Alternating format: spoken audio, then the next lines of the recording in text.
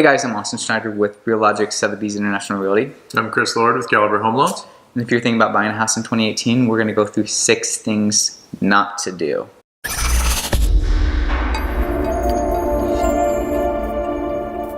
Number 1 is not have a plan. So the worst thing that you can do is walk into a house, say, I want to buy it, and not be prepared to. Yeah, all too often people will call us in a panic going, hey, I want to buy this house. I'm not pre-approved. It's taking what can be a very stressful situation and making it worse, not having a plan. So first of all, get plan. Talk to Chris Lord. Talk to someone like us, realtors, who can help ensure that if you do find a house you love, you'll get it. Number 2 is changing employment or becoming self-employed.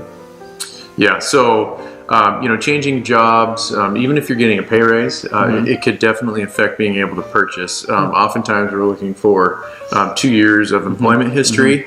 There are some exceptions to that, but that's kind of the general rule. So when you change jobs or you become self-employed, that can hinder your ability to purchase. Perfect. Number 3 is not having a go-to realtor throughout the process. All too often when you're buying a house, you could be peppered from 4 different people sending you properties.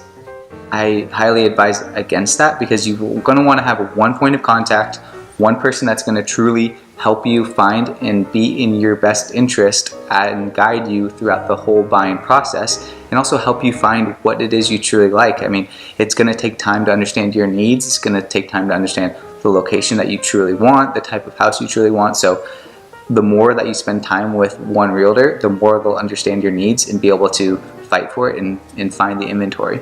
Yeah, I mean, oftentimes having the right designated broker is a difference between getting your dream home and not getting your dream home. Definitely. It's that important. Definitely. Number 4 is making a large payment. So like buying a car, buying furniture, something you probably shouldn't do if you're wanting to buy. Yeah, so those are different items. If you take on new debts, that's going to affect your purchasing power. It might even make it so you can't purchase. So it's just important, not to say your car blows up, you need a new car, we understand. It's just having open communication and letting us know, hey, this is what I'm doing, and we'll let you know this is how it's going to affect being able to purchase a home. Definitely. It's not like you can't buy it, but just keep you in the loop. Right. Perfect. Number 5 is don't fall in love with a house until you actually close on the house and get the keys. Buying a house is very emotional. It's a lot of money. It's very something to have a lot of pride in, and all too often it does happen.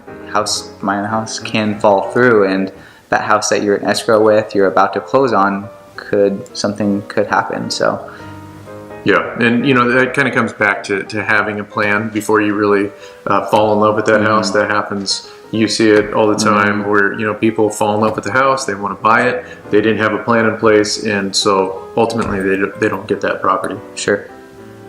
The last but not least is to not be impatient. So it's a process. Don't get impatient throughout it.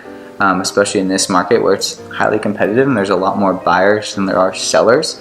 It's easy to get impatient, which could lead to buyer's fatigue, where you think, oh my gosh, I'm never going to be able to buy a home, or you end up overspending or just settling. So just be patient throughout the process and trust in your realtor to get the job for you done. And another part of our job is to kind of be a therapist, because it is an emotional process for the buyers. Yeah, absolutely. I mean, you see it all the time where you miss out on a house and you think that was the perfect house, I'm never going to find anything.